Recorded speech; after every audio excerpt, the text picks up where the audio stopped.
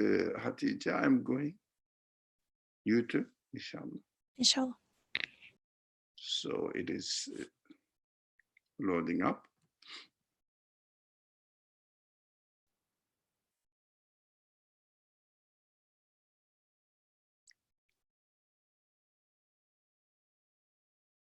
Okay.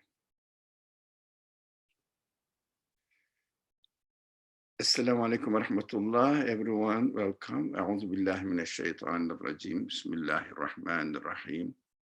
La ilaha illa anta subhanaka inni kuntu minadh dhalimin.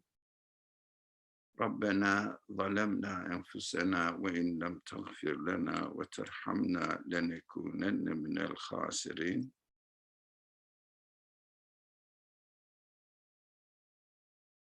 ربي أني مسني الضر وأنت أرحم الراحمين. لا حول ولا قوة إلا بالله العلي العظيم. وصل اللهم على محمد وعلى آله وأصحابه وأتباعه وسلم. ربنا اغفر لنا وارحمنا وأنت خير الراحمين. آمين. والحمد لله رب العالمين.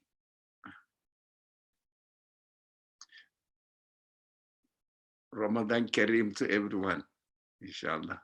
And now the moderator, brother, is going to take care of the presentation.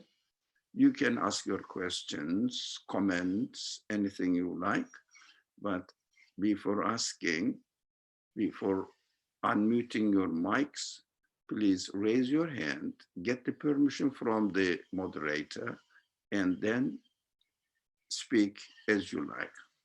Wassalamu alaikum wa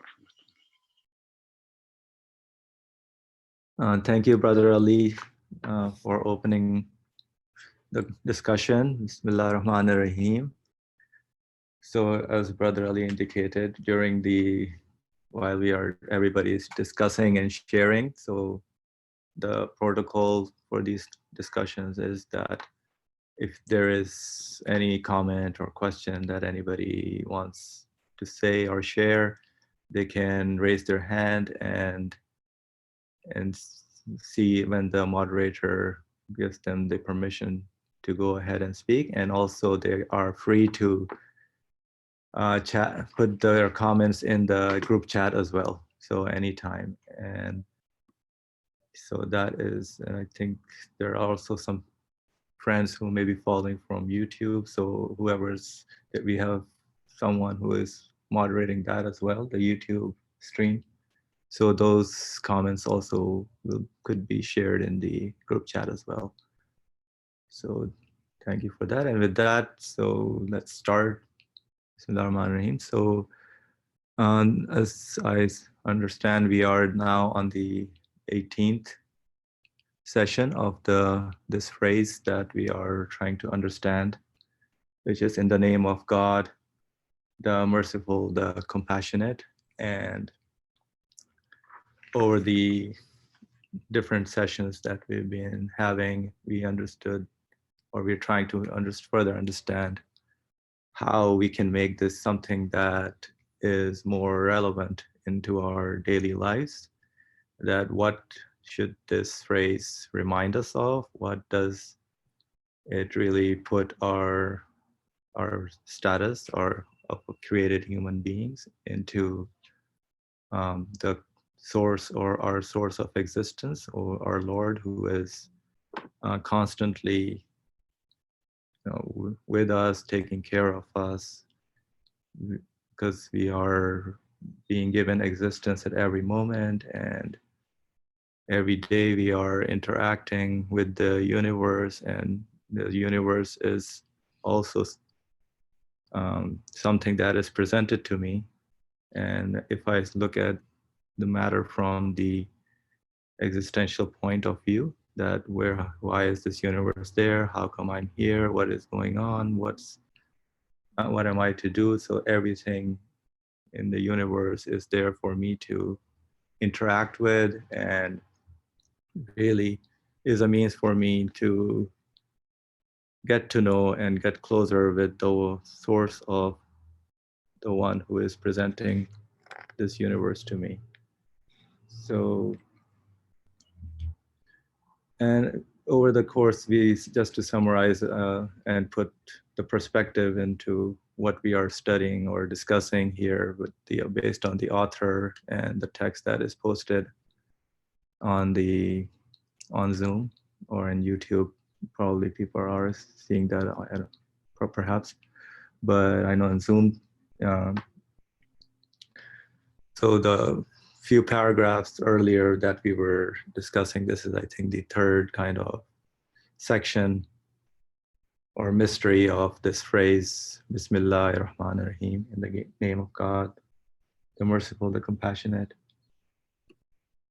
And there is a particular tie that the author is presenting, that which is of seeing the mercy in creation, observing that everything that you are experiencing is nothing but divine mercy. So this quality of mercy is something that we all like. It is something that is present, and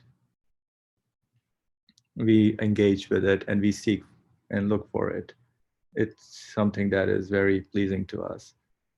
Now, regardless of whether we are aware or not, but we are always immersed in this merciful, this quality. But again, even though we're not aware, but the reality is such that if you start wondering and questioning, then it becomes apparent that there is something that is, the quality is you are engaging with it at all times.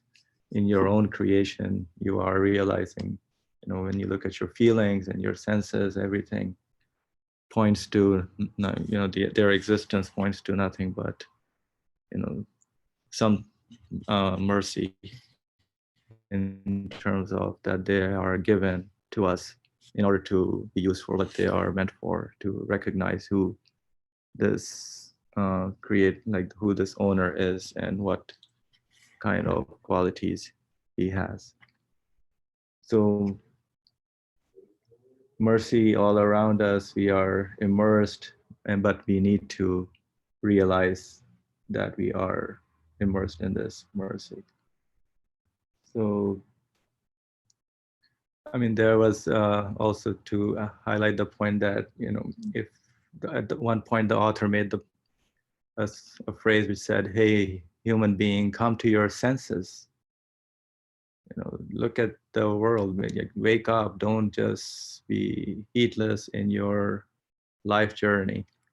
Wake up and awaken your soul and see that, all these things that are being presented to you, like, doesn't a human being see that, that there is a source that is trying to communicate with him, who is taking care of you, or the human being.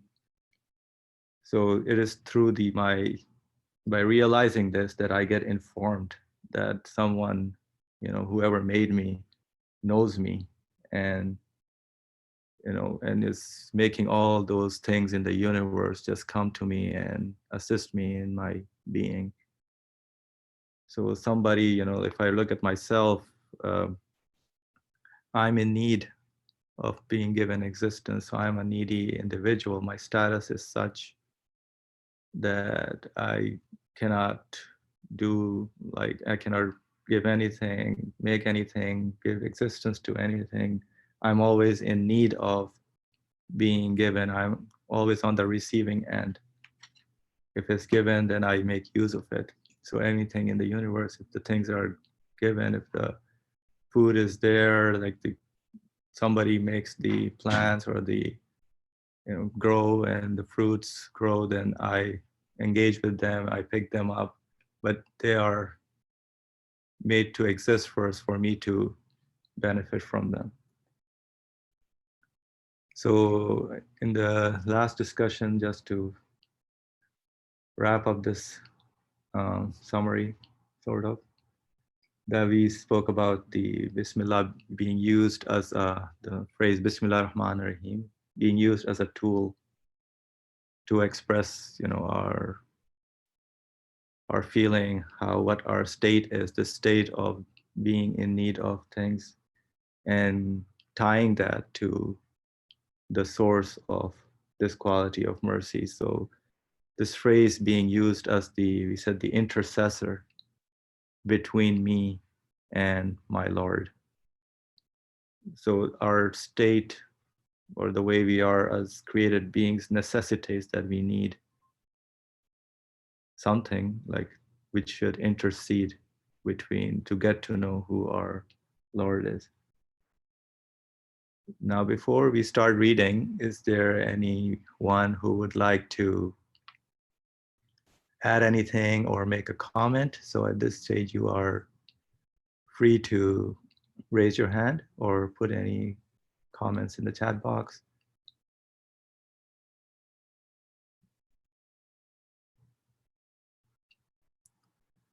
All right, so I don't see any hand up. So this means that I can start reading, and then we can continue and see what the author is trying to convey to us.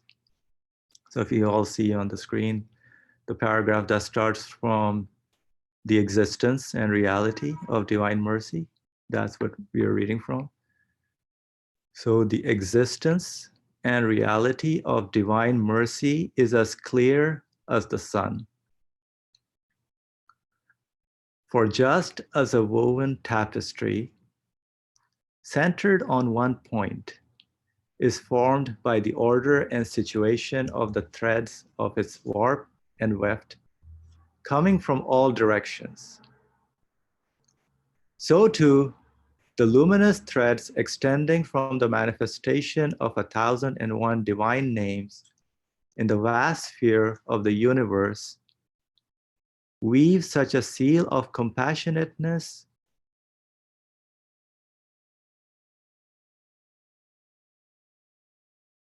tapestry of clemency, and seal of benevolence within a stamp of mercy, that it demonstrates itself to minds more brilliantly than the sun.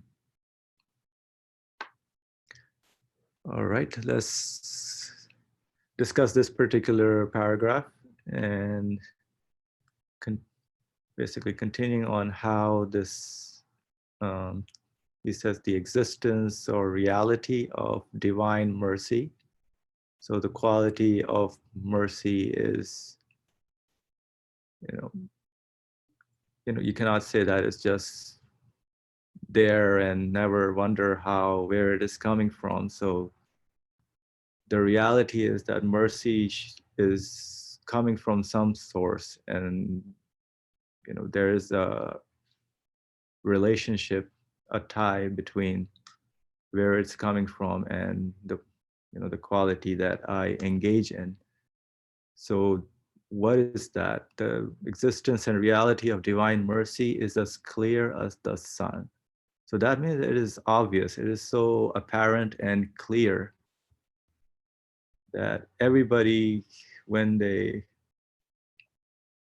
wonder at what their existence is and what are they doing in this world and why are they given so much in terms of the qualities that they are given, nobody can claim that they just made themselves or their selves made it, but they are experiencing that. So that reality or this quality is real, it's there, and it's as clear as the sun, as the author says, that nobody can say, hey, I'm not getting mercy. Just the existence of their being in the universe is a sign for that they are within this envelope of mercy, like surrounded by this state of this quality that they are being given existence. So let me see if, so the example that the author gives is a tapestry. And he gives, how the different threads form, come all together, and they tighten up and form a solid knot. I would think, the threads, but they're coming from all sorts of directions. So the analogy is being made that so too if you think about how the human being is being totally immersed all from all directions, all different names, or like the mercy and compassion and benevolence that he puts. So they're like, as much as the human being is able to read, like if you engage, let's say you look at a flower, you say, oh, look at that, that's a beauty, this conveying me something beautiful. And you look at an insect, you will wonder, whoa, look at that, what what is it doing? What is the wisdom behind it? Or what is, somebody knowledgeable has made it. Somebody knows that, this is gonna hide behind the leaf. Or, they're like, in this springtime, we are all experiencing all sorts of different creations. Some of us maybe, may have backyards or plants that they can, see what the different, everything that they're engaging with has a meaningful side to it that points to that, this is, if I know one of our friends, he looks at the orchid flower and he smiles at it and communicates with that flower, as somebody shared that with me. And everybody has their own thing of communication with something that they are engaging with. It might be somebody in your family, or it might be something, your phone or a laptop. Everything has a meaningful side to it, and that is how from all directions one can realize that they are really surrounded by this meaningful existence of things. And the phrase I think that was interesting to me was, how he says all these names in the vast sphere of the universe, they come together and form such a seal of compassionateness, tapestry of clemency, and seal of benevolence. And all these names are within a stamp of mercy. So this is an interesting group of combinations. The seal of compassionateness, tapestry of clemency, and seal of benevolence. So compassionateness, I think we can all understand, something,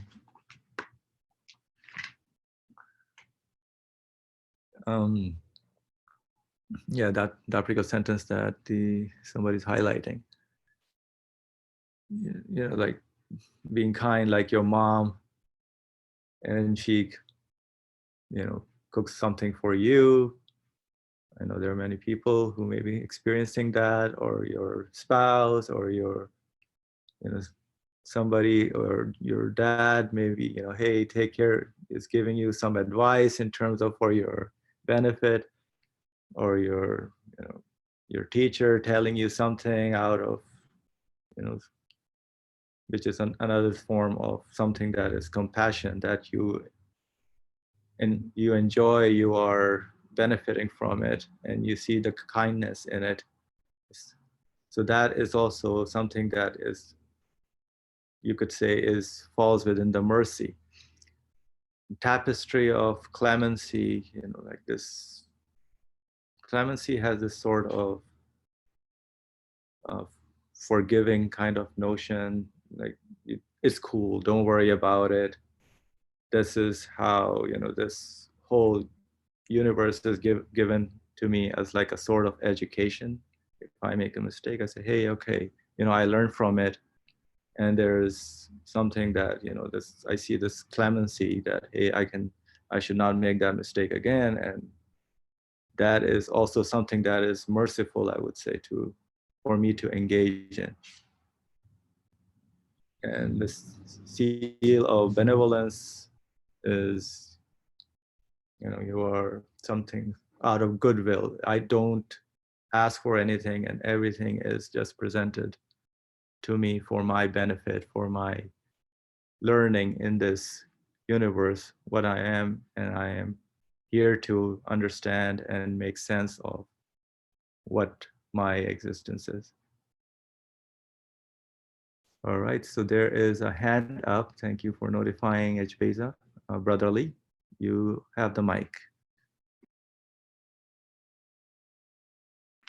Thank you very much for a beautiful introduction to the subject.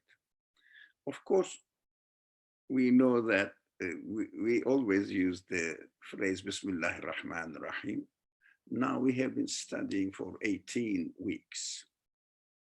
What does really Bismillah ar-Rahman ar-Rahim mean? How we can really apply in our life? How can we really be satisfied that this phrase really means a lot in my life, and practically I can live with it. I can use it as an intercessor between me and my creator, my Lord, my Rabb. Now we are studying this subject. This paragraph belongs to the subject we study is the Ar-Rahman, the merciful part of the phrase. But interestingly, as you pointed out, but I wanted to emphasize on it a bit more to draw our attention that you presented everything beautiful in the world, but nowadays, for example, we are really scared of something which is created by the same creator of the universe. Not everything seems to be that beautiful. We may try to understand the example. This tapestry example is a very interesting example.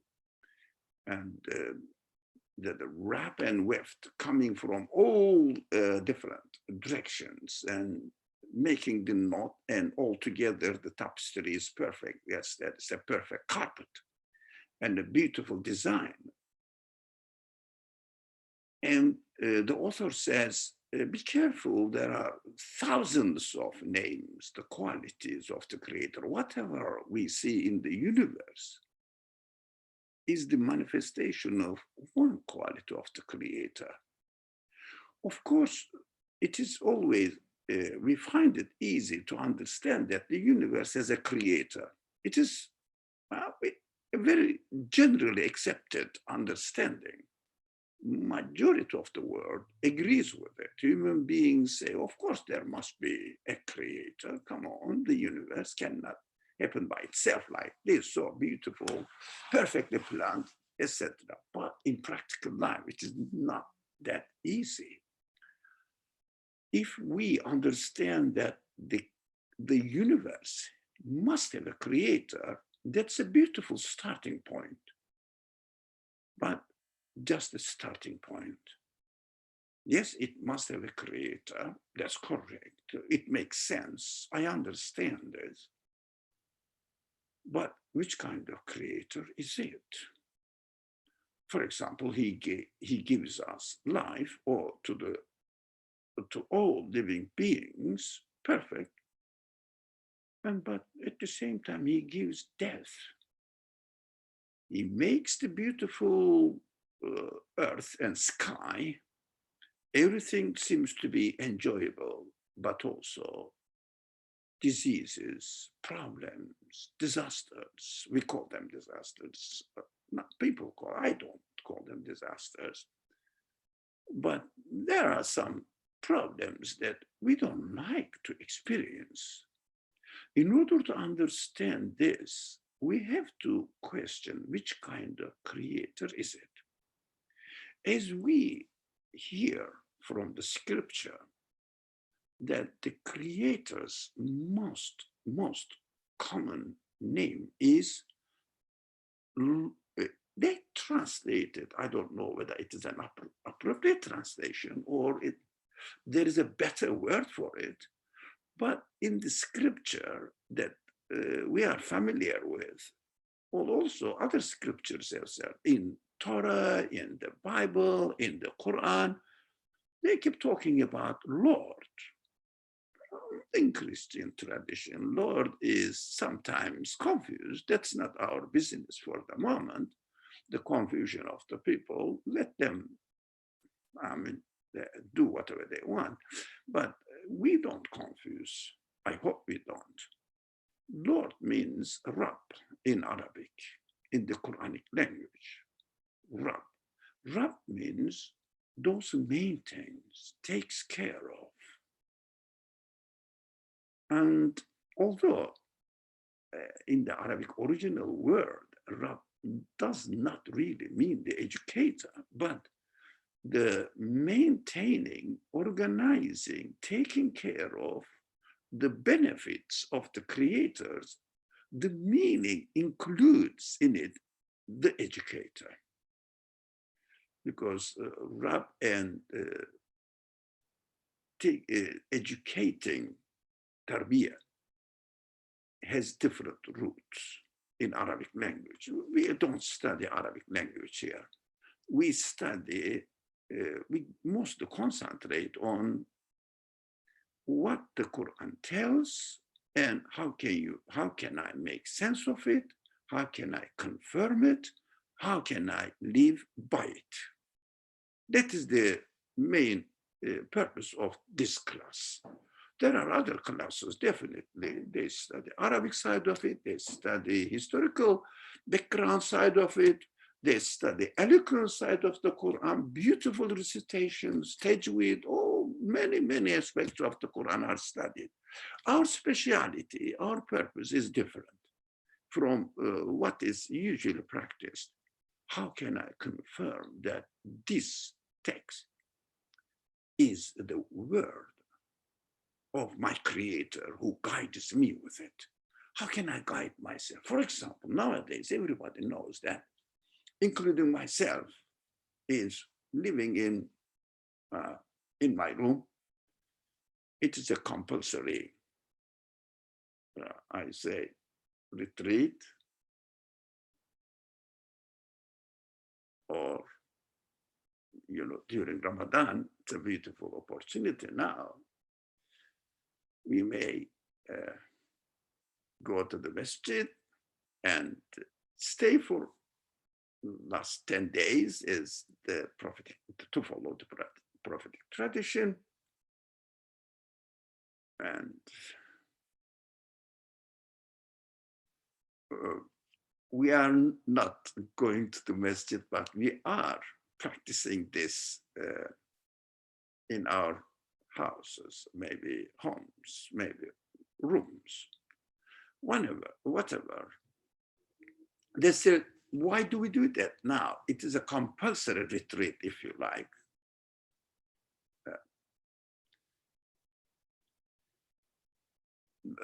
The creator says, good, come on, don't go out, concentrate on your own reality and question what I have been doing.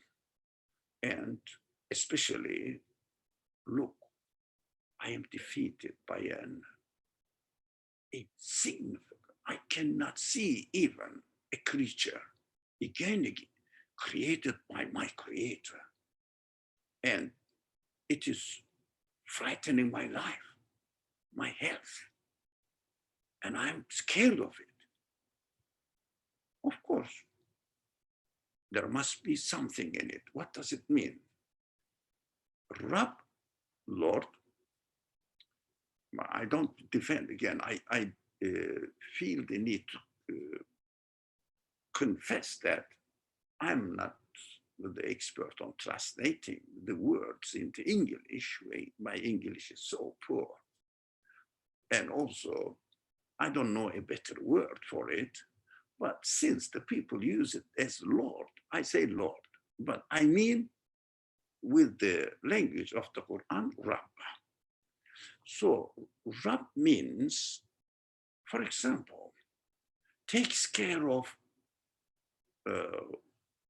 the people who administers their affairs in such a way that it must be ultimately better for them. For example, parents take care of their children because they are the rub of their children in a created form, of course. It means they are responsible to take care of them. So sometimes they appreciate what they do, something good. Sometimes they warn them. Sometimes they really take serious measures to stop them doing something, so that the growth of the child will be perfect. They will know, the children will know what is good for them, what is bad for them. As far as the purpose of our creation is concerned, we see that, look, it's such a strange universe. Everything seems to be so awesome, wonderful, perfectly arranged. But I am created as a baby, and I was given the opportunity without realizing that people take care of my needs. Okay, perfect. And as I grow, my free will becomes stronger, and I start feeling that I am self-sufficient. I can do without the help and support of my family, my parents. And I challenge lots of things in my life. But later on, as you come to my age, you realize that no, it is not the case. And I feel that I'm very close to my death. It means this is how the universe has been constructed. And I am put in within this condition. And from there, I see what is the, well, I ask this question, what is the point in giving me life, making me love life conditions, being energetic, strong, and be able to do anything I want, and very sharp feelings that I taste, I'm healthy, I am strong, I can run, etc. I can do that business, that thing, whatever my profession is. But later on, why do you take it back from me? As if I am here being educated, brought into existence in order to learn something. For this purpose, we learn from the text that we are reading here that the universe can be likened to a school where you go first as a primary school or high school, whatever, and as a freshman and senior student, and then graduate from school. Why do I graduate from school? In order to practice what I have learned. The universe seems to be a school for me. I have to learn. I'm put in a condition in my existence that I learn this, what is right, what is wrong. So sometimes I do something and I like it. Sometimes I choose to do something, I dislike it. It hurts me.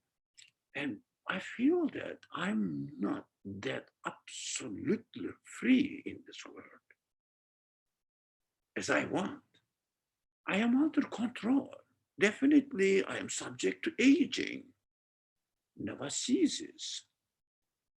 I cannot stop myself from aging. And every living being, sooner or later, subject to death. What is the point? It means we are being trained here, educated here, so that after graduation, we will practice it. After graduation, what is that?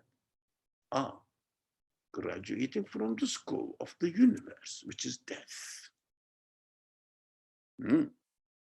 Then I will practice it. Where am I practicing it? That is not our subject, but this is, our subject is, while we are being in this universe, we are experiencing many, many different kinds of types of acts of existing, creating, acts of creating. One of them, majority of them seems to be mercifully arranged, clemency is everywhere, compassion I can see, but sometimes I see some sort of restrictions. Sometimes I experience something which is not very appealing to me, but my feelings are there, given, already adjusted to the life conditions, that what is harmful, I can see it. What is useful, I can see it. It means I'm given the ability to evaluate what is right and what's wrong. What is right and what's wrong. I am as if perfectly adjusted to the life conditions of this school of universe. Perfectly adjusted. I learn, I memorize, and then I realize I am going to leave everything behind, only take what I have earned, what I have, how I have developed all the qualities given to me. So in the universe, I see different kinds of qualities of the creator is interwoven within each other. In one action, there is no only one attribute of the creator, one name of the creator manifesting itself, like such as the creator, the absolutely powerful one. No, and also lordship, being a lord, knowledgeable, clemency, compassion, wisdom, justice. So warning, taking revenge. It means you did this, you have to suffer for the consequence of your choice. But not really because he's angry, because, for example, if I hurt myself, if I do something wrong, I hurt myself. The pain is created in order to teach me what you are doing is wrong. That's the purpose. It means wise acts of creation. All sorts of, while something is created in a beautiful form, sometimes, for example, if I am giving something and if I don't use it, it gets rusted, rots, disgusting smell, disgusting looking. I am given the ability to realize that this result is not nice at all. And through this kind of creating nasty smells and rotten things, rusted things, the creator is teaching me what you have chosen, how you have used your free will was wrong. Now I do it again. But I can repent. How? I learned it. I should never leave the food without eating it somewhere stored. I learned it. Next time, if I have something extra, I share with the needy other creatures. How beautiful everything is intermingled with each other as the creator takes care of my need from many different perspectives, so that I don't like it, but in fact, it is not that I don't like it, but I am given the quality to realize it is nothing to be liked. These are all different manifestations of different qualities of the Creator, but at the end, what comes out? A beautiful set of teaching, educating, preparations for the real life when I am taken away from this world. I think this now, let's say, it demonstrates here, let me underline, so I cannot do this, okay.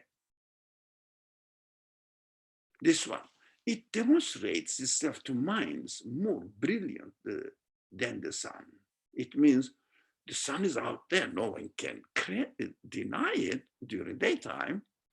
So it demonstrates itself to mind. What demonstrates? The Creator's acts in a completely intermingled way of different qualities you can find in one act of creation. Not only one quality in one act of creation. Something is created, for example, a life is given, but at the same time, death accompanies it. Health is given, but at the same time, diseases, sickness accompanies it. So that I can understand who I am, what my reality is. So if I do not experience anything that I don't like, which is again given to me, not to like, this sense of not liking is given to me, I have to realize that. So for example, I cannot say, although in daily language without realizing, we say, I like it, I don't like it. But in fact, the sense of liking is very important. Sense of disliking, sense of questioning, sense of trying to understand, sense of happiness, sense of sadness, all together, all these senses are our manufacturer's setting within ourselves. We cannot create a new sense. We cannot do, we don't know really. We just find ourselves as we act in this way, as we are made, as we are created. So we have to understand that the one who creates everything manifests all his names, his qualities, intertwined within each other, but the result is the perfect design of creation. To hit the purpose. The purpose is to be educated, to get ready after graduation. However I prepared myself, however I've educated myself, I will realize that this is what I am, this is what my Creator is. So I am totally dependent on His will. He is my Rabb. He is my Lord. He takes care of me. He knows what I need at what stage of my period of education.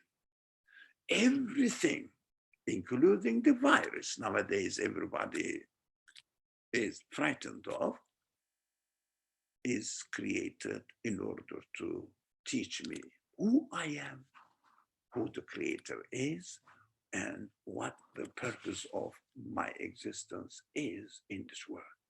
To realize, not to be arrogant, to know my limitations, to know the reality that I am dependent in my existence. I am totally needed, need everything, but I need everything I want. I cannot guarantee anything as if I am an absolute agent in creation. I cannot create anything. As the moderator presented, that I can only use what is created out in the universe and within myself, all my qualities. I can only use them, whatever is given to me. That is the purpose of existence, to know who I am and who my creator, owner, my Rabb, my Lord is. In order to understand this, we have to understand that the creation is not taking only as a manifestation of one qualities of the creator, but the combination of all qualities of the creator. We cannot count them because we cannot count the qualities of the creator in the universe. Every science discovers a new quality, wonderful way of the order of this universe is being arranged. So we cannot give an end to the qualities of the creator. Doesn't matter. As much as we know, inshallah, hopefully, we will try to get to know who my creator is. And also our minds must be satisfied about it. Nothing is purposeless. Nothing is for not benefit of human beings, conscious human beings. Everything is for my benefit. My death is for my benefit. My being ill is for my benefit. My being scared of a small virus is for my benefit. To understand who I am. You see, I cannot challenge anything, even a microscopic creature appointed to teach me who I am can teach me and say, my name is Ali, that's what I use. I will use Ali, know your limits. You are a created, dependent, needy person. Be humble. Accept your reality. Don't be arrogant. Don't say I can do everything. I can kill many people. Yes, you can, but it will cost you a lot because the creator is merciful, but at the same time, just. It gives you your limits.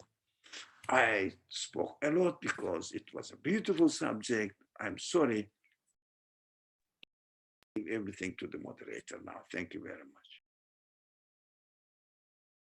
Thank you, Brother Ali, for sharing your thoughts and reflections. It was really beautiful, alhamdulillah. You know, the point you made about, you know, some of the things that we dislike, or like the virus example that is currently everybody's facing. And there are similarly like illness, or there are a lot of things that we apparently, you know, yes, definitely we don't want them, but in their existence, in their creation, I really benefit from them in terms of my education happens through those things, and I get to know who I am and who my source of existence, my Lord, who is the one who is really training me, teaching me, and for what purpose I am here in this world, which is to get to know and recognize his qualities, his, yeah. So at this stage, if so far as anybody, if anybody wants to make a comment or say anything, please feel free to raise your hand, because I still want to understand what the example of the tapestry is. So as I know Brother Ali pointed out that we should understand. But before that, I see there's a comment from Gulaid Ali. Gulaid Ali, if you're mic is available, would you like to read your comment and so that we can hear your voice?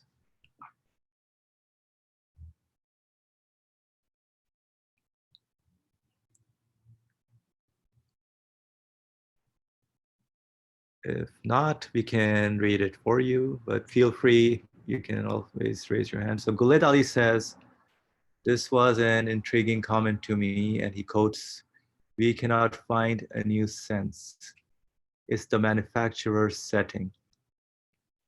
Indeed, I've never searched for a new sense or need that I am not conscious of at this moment. So this is a thought that is really interesting to me. I don't have much else to add to it other than it has excited me to consider a new question. Thank you for sharing that, Guled Ali. Yes, indeed, when we question our feelings, our senses, anything in the universe, they are indeed, particularly our feelings and senses. No one can claim that, hey, it's coming from the cell, or it's belongs to us, but they are definitely communicating something to us. And at every stage of our lives, we go through different phases in our existence, and those manufactured settings, I am not the one who is asking for the way the changes in my being happens, like from a baby to an adult, to going towards old age. So all those changes in life, whoever is the Lord of the universe, whoever is the owner, is my owner. And that is what the manufacturer settings, that is the way I am made in my existence. Okay, and if there is any other comment, or please feel free to raise your hand. I see H. Beza who wants to speak. Before I give H. Beza the mic, there is a comment from Abdul Dahir, who is a new participant here and is questioning, where does the statement of what is the 1001 names of God come from? And he's asking, what is the book that we, who the author is. Yeah, so this basically we are trying to understand what the phrase Bismillah ar-Rahman ar-Rahim implies and means, and how we can live with that in terms of really understanding that we are immersed in the ar-Rahman and ar-Rahim part. But the author, I don't think is important to know who the author is.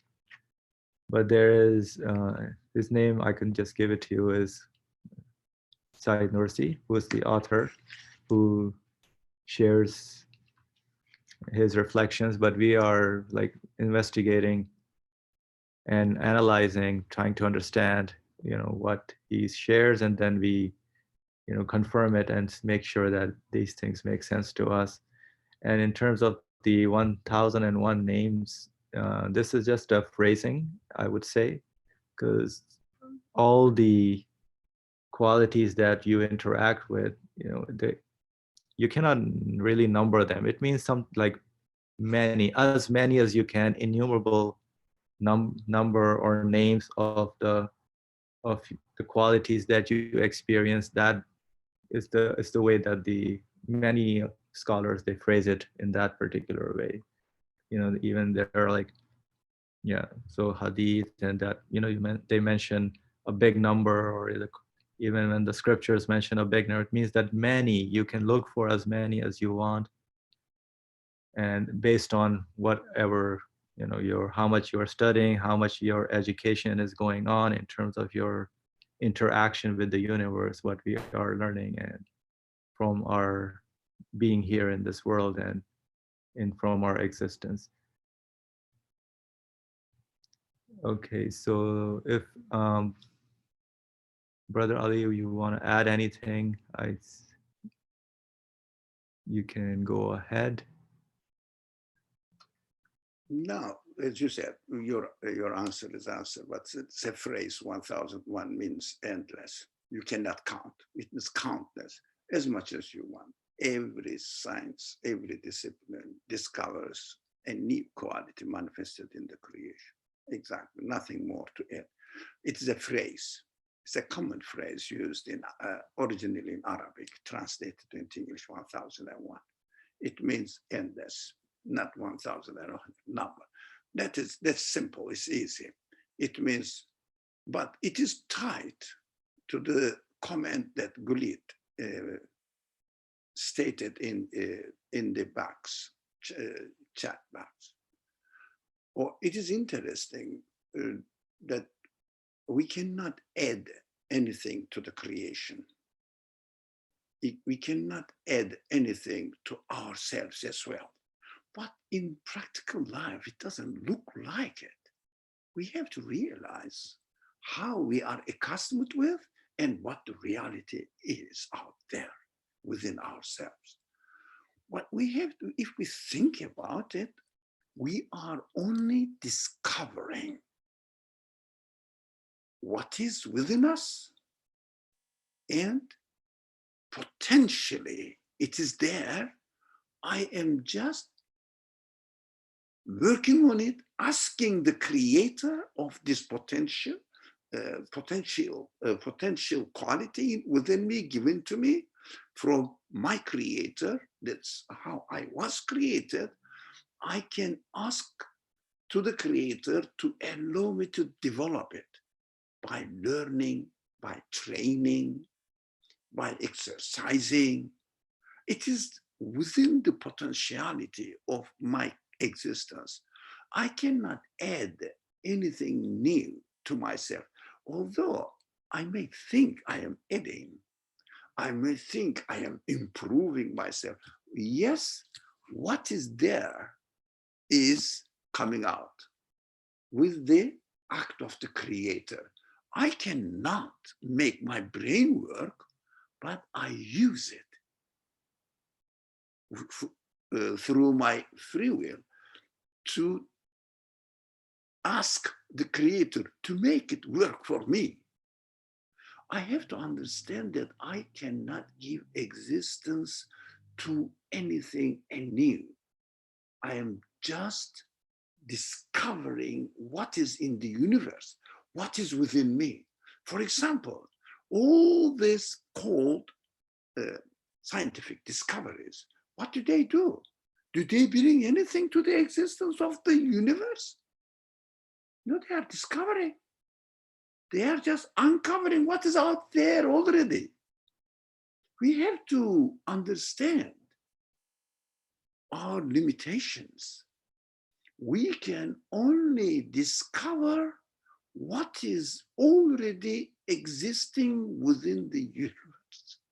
So we can ask the creator to make it apparent to us. There are many verses in the Quran explains that we cannot get any knowledge except with his will. It means he creates the result. I ask, he creates. We have to understand this process. I ask, he gives me the permission to use it. I cannot make it guaranteed that I will discover in 50 years such and such machine. No, gradually, just digging into what is already hidden within the order of the universe, which is already created with the manifestations of the creator's qualities. I am just discovering them. Can I bring and add anything to the already existing qualities of the creation in the universe? Can anybody? Or just use it as much as the order of the creation allows them to use it. That is why all the scientific studies are done where? In the labs. What do? They just try to find out the combination of the different qualities manifested there. That's the tapestry. But the tapestry at the end makes a beautiful design for the garment. Sorry. Beautiful result comes out. I train myself. I become more and more aware of the qualities of my Creator. That is the purpose of my life, to become more aware of the qualities of my Creator. So acknowledge it, submit to Him as the Creator, and know I am His only worshipper. I can only admire Him. I will discover it, although it is not the method of sciences nowadays, although some people do, but majority of them don't. They say, we found it, what's the word, invented it. No, no, no. It is just a lie. You did not invent anything. You discovered it. What did you discover?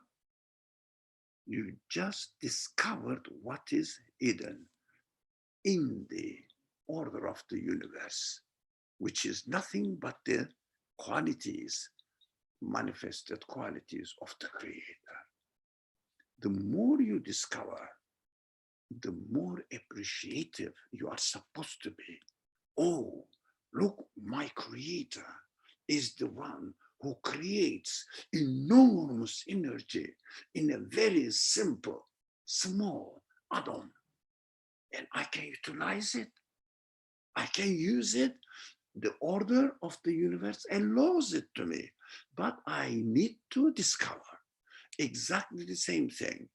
Human feelings, human qualities are there to be discovered as we discover it, to be more thankful to the Creator. Oh, you have given me this ability as well.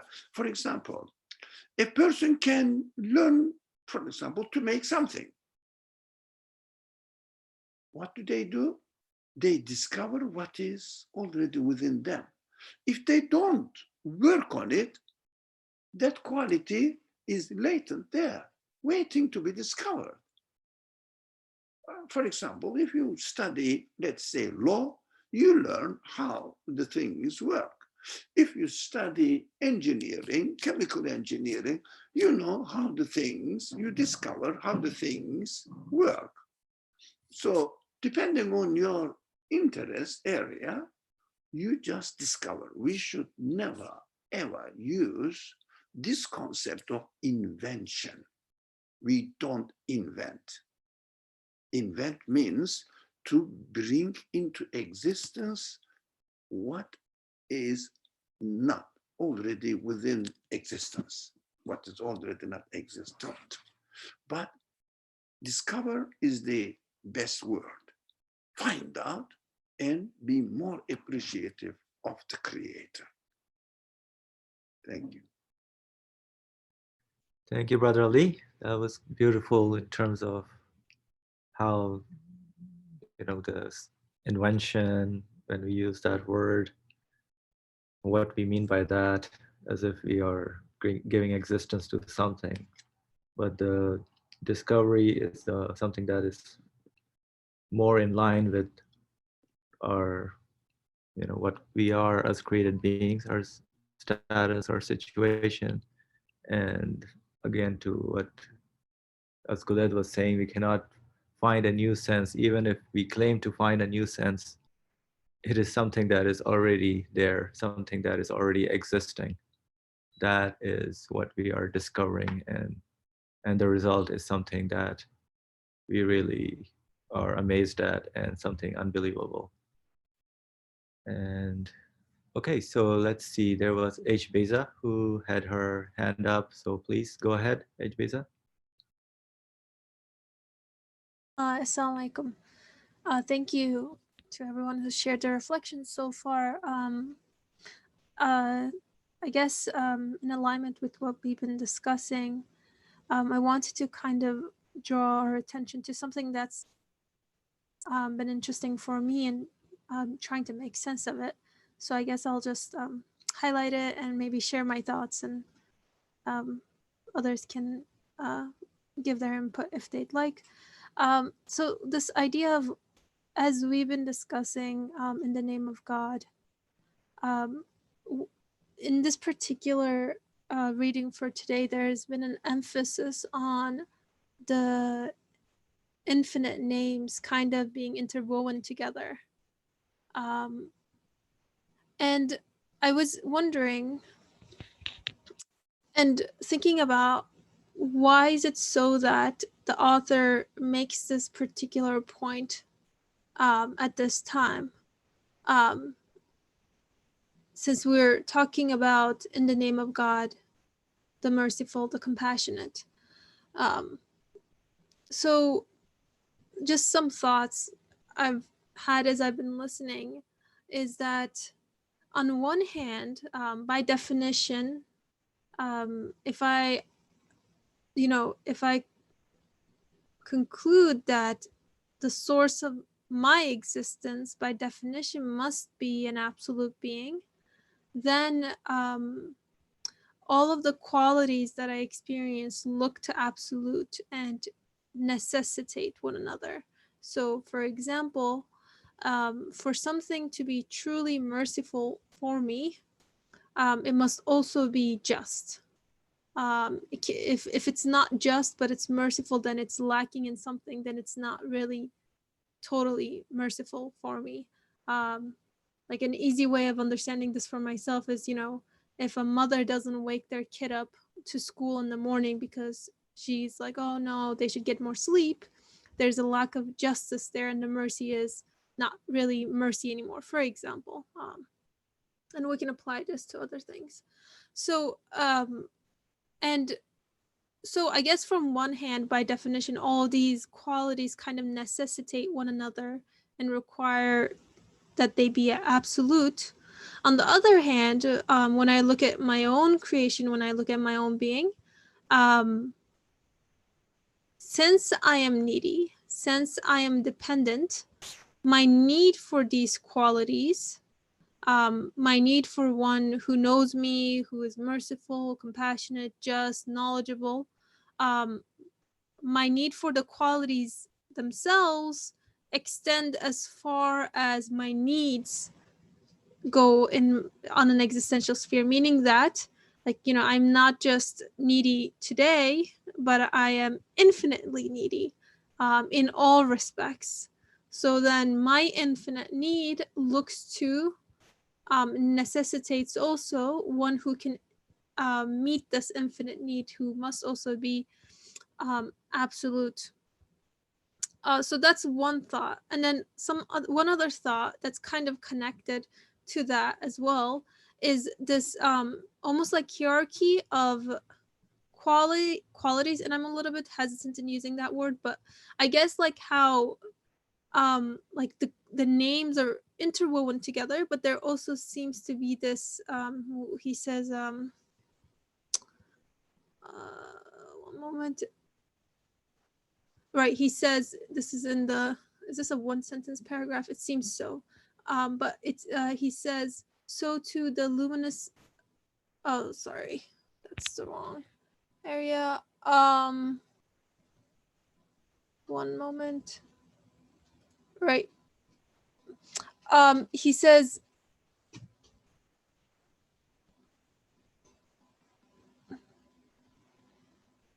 right, this the seal of mercy, or this compassion, clemency, and benevolence being within the stamp of mercy. So there's this sort of, again, take it with a grain of salt, this hierarchy, or this way in which these things kind of look to or overlap with one another as well. So that's just also one other thing that attracted my attention, and I was also wondering and trying to make sense of. Thank you. Thank you, Beza, for your comment. And I really like the point about, at one moment we may think that, hey, something is rough for me right now. And the next moment I may say, hey, now I'm pretty good, self-sufficient. But if we look at our human reality, at every moment we are in need of all these qualities. So we are in need of being given existence, of being taken care of. So every moment of our existence is the opportunity to discover and experience those qualities. And as you were mentioning about all those different qualities merging into the mercy, I think that's what at least I understood from the comments, and also Brother Ali's comment on the tapestry, everything from all those different, the luminous threads, he calls them, all those qualities, they weave, they all come together and blend and make an amazing result where you experience all these qualities all together. And that is what he's saying, that they all blend into the merciful aspect. So that was good. Thank you for that. And is there anybody else who wants to comment or make a statement or question anything? I did see, I know Brother Ali had his hand up but I don't know if that was from before or not. But if you still want to add anything, please feel free.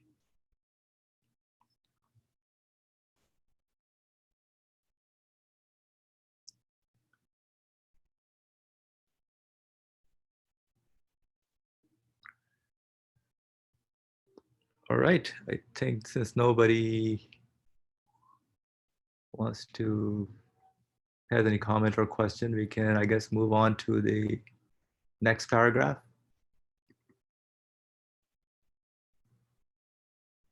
All right. So, the mirror was on. All right. So we're reading from Sorry about that. Yeah, thank you for highlighting that. So we're reading from the Beauteous All-Merciful One, who orders the sun and moon, the elements and minerals, and plants and animals like the warp and weft of a vast woven tapestry, through the rays of his 1001 names, and causes them to serve life, and demonstrates his compassion through the exceedingly sweet and self-sacrificing compassion of mothers, plant and animal, and subjugates animate creatures to human life. And from this demonstrates man's importance and a most lovely large tapestry of divine dominicality, and manifests his brilliant mercy.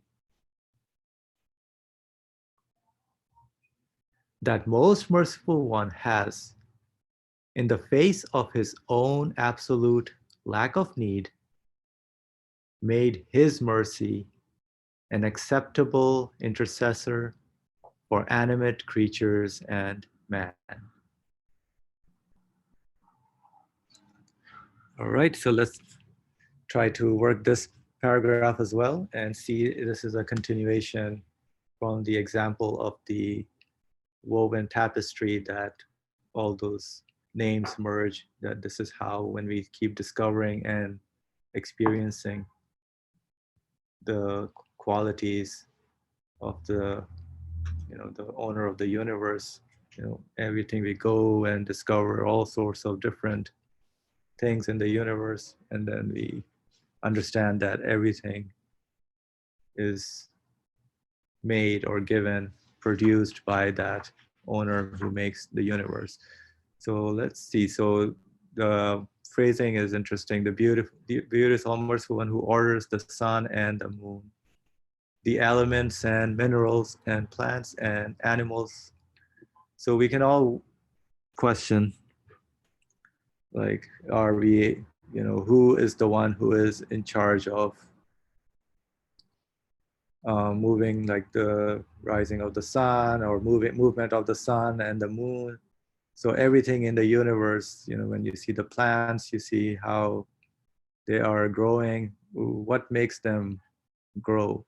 The human being himself, herself, what makes the human being change every day, but we realize that in probably in every 4 or 5 years, we say, oh, this thing happened. Or when you look at your hair or your nails, who makes them change, who makes them grow like that? And so every element and minerals, you can see, your blood circulation, how is that moving, who makes that move? Your heart beating, what makes that beat? Do I make it myself? Do I have the power or the control to do that? Or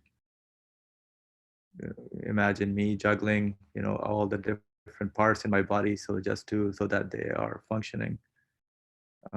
It will be a total failure because I have no control over anything. So the highlight in this experience that we are all going through in our interactions is there's a demonstration that is happening. And it shows that everything that, is we are working with, interacting with, enjoying, or, like say, for example, we're having a meal and all the different fruits that we are having, for, when you're breaking one's fast, for example, or at dinner time, everything is there just coming and serving you. So, and we understood that all these are tied to, the owner of the universe, your Lord, who is, who knows you and is taking care of you, because he must know you, because he is giving you existence, and you are made to experience all those things. So this shows that whoever is in charge, whoever is ordering all those things to come and, for my service, so there were more examples, the compassion of mothers, plants and animals that, are there for us to, to serve us. Everything in the universe is there for the human beings to really use and, get to experience, what they are. So everything, whoever's organizing is showing that how, this human being, how important that human being is. And that is the phrase that is being highlighted in this paragraph, that all this demonstration is to show man's importance. And I would say the love for man, that how honored and wonderful of a being he is. But if you only understand and realize that everything is really being, I'm being experiencing all those things, it's just for me that everything is being set up, or each individual is able to say that. But that all this is something that, whoa, I am, how important I am in this, that everything, the whole universe comes all together and starts serving me. This is something unbelievable if I start seeing the world this way. Everything works in in your favor. Just, or even if it doesn't, like, you're not benefiting immediately from that, but it is serving, as we discussed, that, for example, the virus is also serving you a favor, because it depends on how what your perspective is, how you look at things. That is, it's a tiny creature, but it is made by the owner of the universe to tell me that, hey, I don't want this, I should protect myself from it. but in its existence it is something, telling me, hey, who can make such a tiny little thing? And look at what power that whoever makes that tiny particle is demonstrating. You can get to appreciate who that owner, who that Lord is, what absoluteness means to me, to the individual. So I will pause and see if anybody wants to add anything. And there's a hand up from Brother Ali. Please go ahead.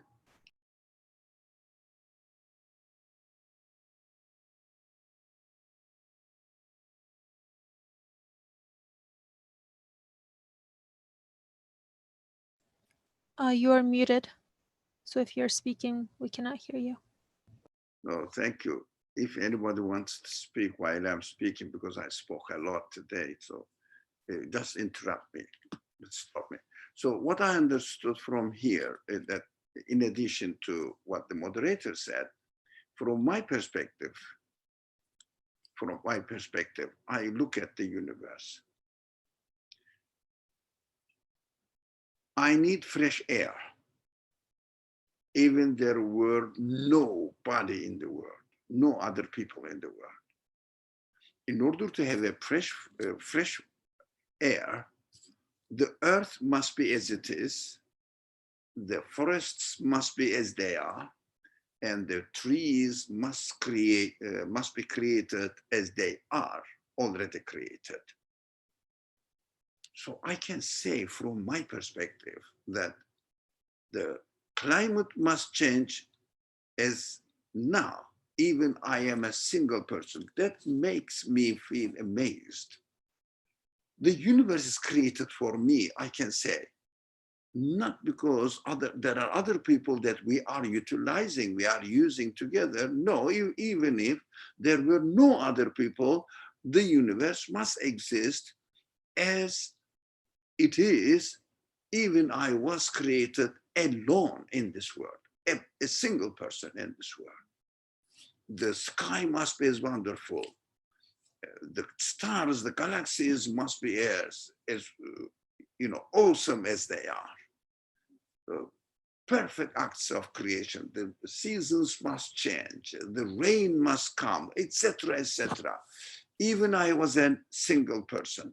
Because of my consciousness, I am aware that even there were no other people, the universe must exist as it is for me, because I communicate with the universe through the abilities given to me. I can comprehend it. I can understand it. I can appreciate it. So I can say universe is created for me. Because of my consciousness, I am aware of it. So it is a perfect, it's a wonderful way of creating the universe.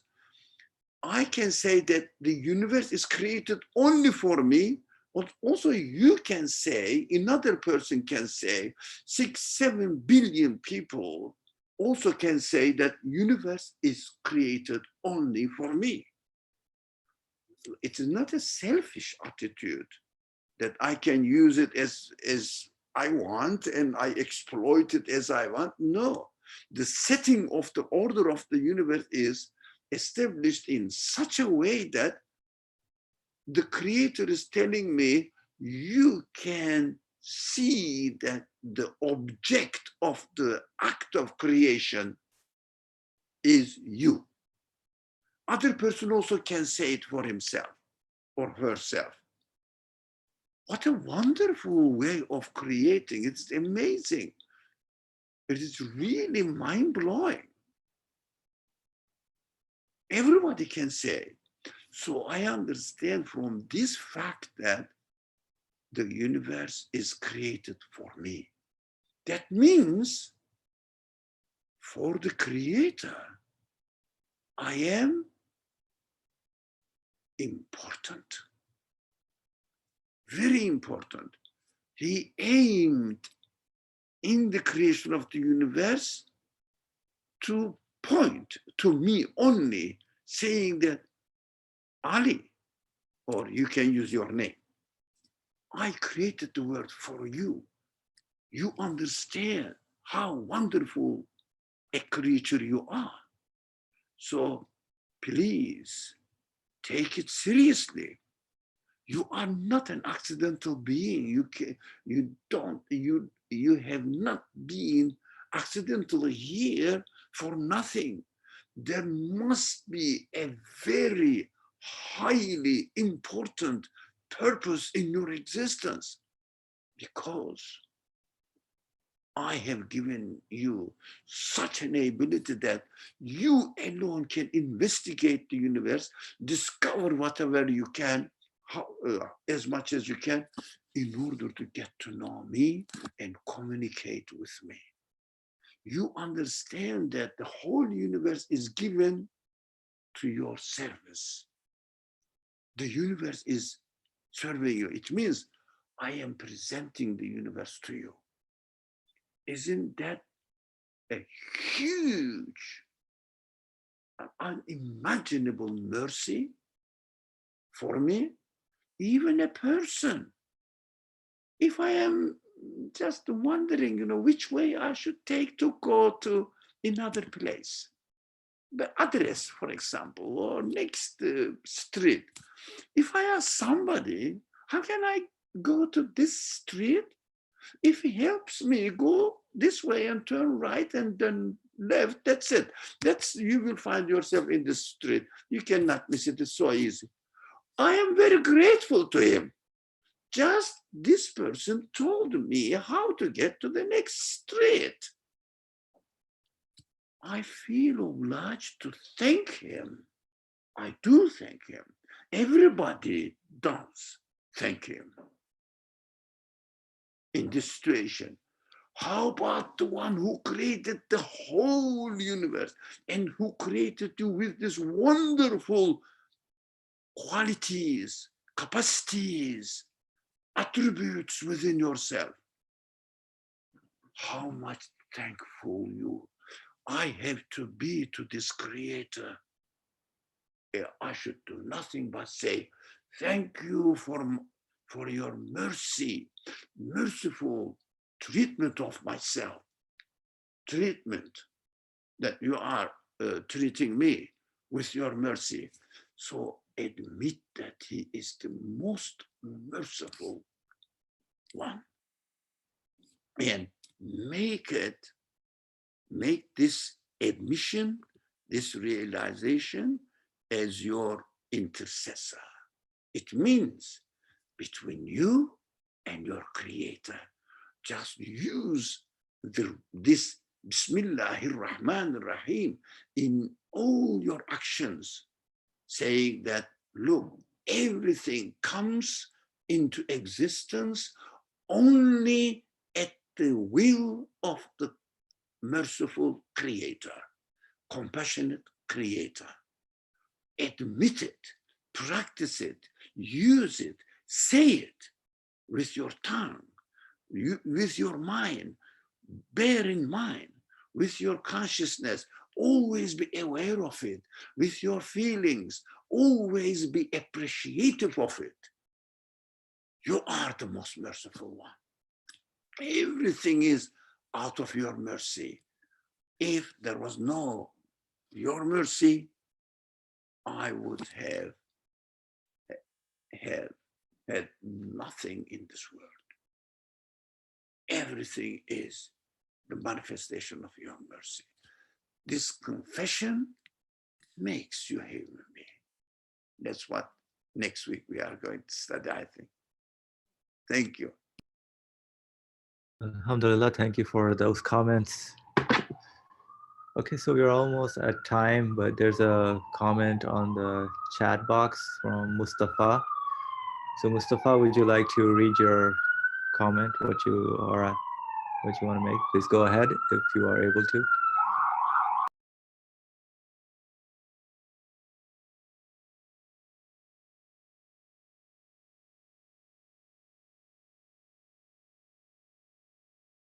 If not, I can read it for you. So Mustafa says, I am understanding the qualities of the Creator as present within everything in existence. We understand these qualities by questioning the existence of all things around and within us. For example, when I experience love or show love or examine a tapestry, or as was said, wake my child up for school, this is a manifestation of one of several of his qualities. However, so there's a question, how can I discern what the quality is? How do I know what the quality is? Okay, so based on the experience, how can one realize which quality? So the thing is, so based on the experience, the examples that were given about love or show love, and that shows certain qualities. So as much as one has developed and appreciated the qualities in terms of seeing, for example, in the waking up the child for school, so somebody sees love, somebody can see compassion, somebody can see mercies, somebody can see, the taking care in terms of responsibility, like the lordship aspect of it. So, and it's much more. Somebody can see, what else can we see in the waking up the child for school, the purpose. Somebody can see wise, somebody can see knowledge in that, somebody can see teaching aspect to it. So as much as one can decipher and questioning what that quality means and who is giving that quality. And that is what, as Brother Ali was mentioning, using that experience and those qualities and making that as the one intercessor or something that is between you and your Lord, your source of existence. So use this, in His name, Bismillah ar-Rahman ar-Rahim. In His name, the compassionate, the merciful, am I experiencing all these, qualities within that experience.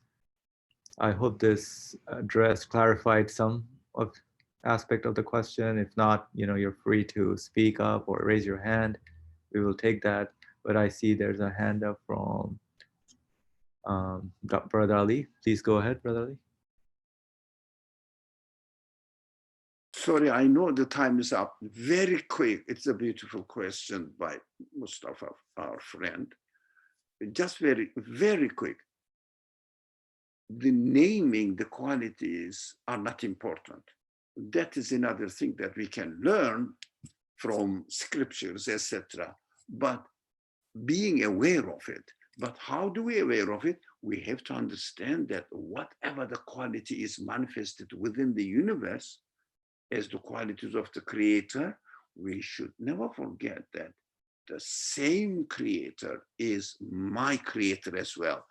He created me, He must have created me with the ability to correspond to the qualities manifested is there that I can discern, I can be aware of.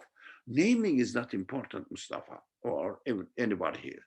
You can name it this way or this way, doesn't matter. But we have to understand that whatever you see in this world, whatever attracts your attention, it means you are given the ability to deduce it, to extract it. So attribute it to the Creator, not to themselves, the matter themselves, or accident. Creator has such a quality. You may not know the name. Don't worry about the name. But qualities must be attributed to the source of existence of this universe, to the Creator, not to anything else. But bear in mind that whoever created the universe with this innumerable names, the qualities that I cannot really count, is my creator as well. In my creation, especially in my human feelings, the same qualities are also manifested within me. So I can understand it, I can deduce it. If I didn't have the tool to realize different qualities in the creation, how would I know that they exist out there? This is not the point. This is to name this quality is not the point. To know that whatever I realize in the creation is the quality of my creator. Admit it, say it, and be conscious of it, confess it. Saying Bismillahir Rahmanir Rahim means this confession. Yes, this thing, this quality, whatever it is, comes into existence only in the name of the merciful, compassionate God. That is our duty. Admission, submission. Thank you very much. Thank you, Brother Ali, and thank you everyone for the comments and your sharing your thoughts. Alhamdulillah, this was beneficial for me at least.